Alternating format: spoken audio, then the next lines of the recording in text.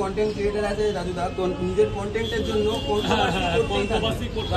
বলবো সব জায়গায় যেখানেই যাও তুমি যা কথা বলবে একটা কিছু ভুল বলে দেবে ওইটা।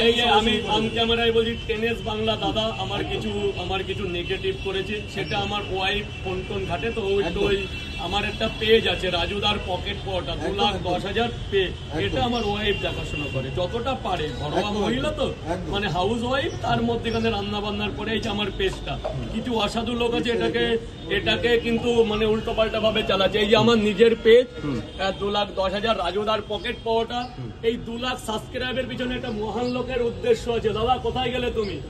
এই যে আজকের পেজটা কিন্তু এই দাদাটার জন্যই আমার সম্ভব হয়েছিল। কোনো একদিন বলেছিল রাজুদা একটা পেজ খোলো, আমি বলি পেজ কি জিনিস?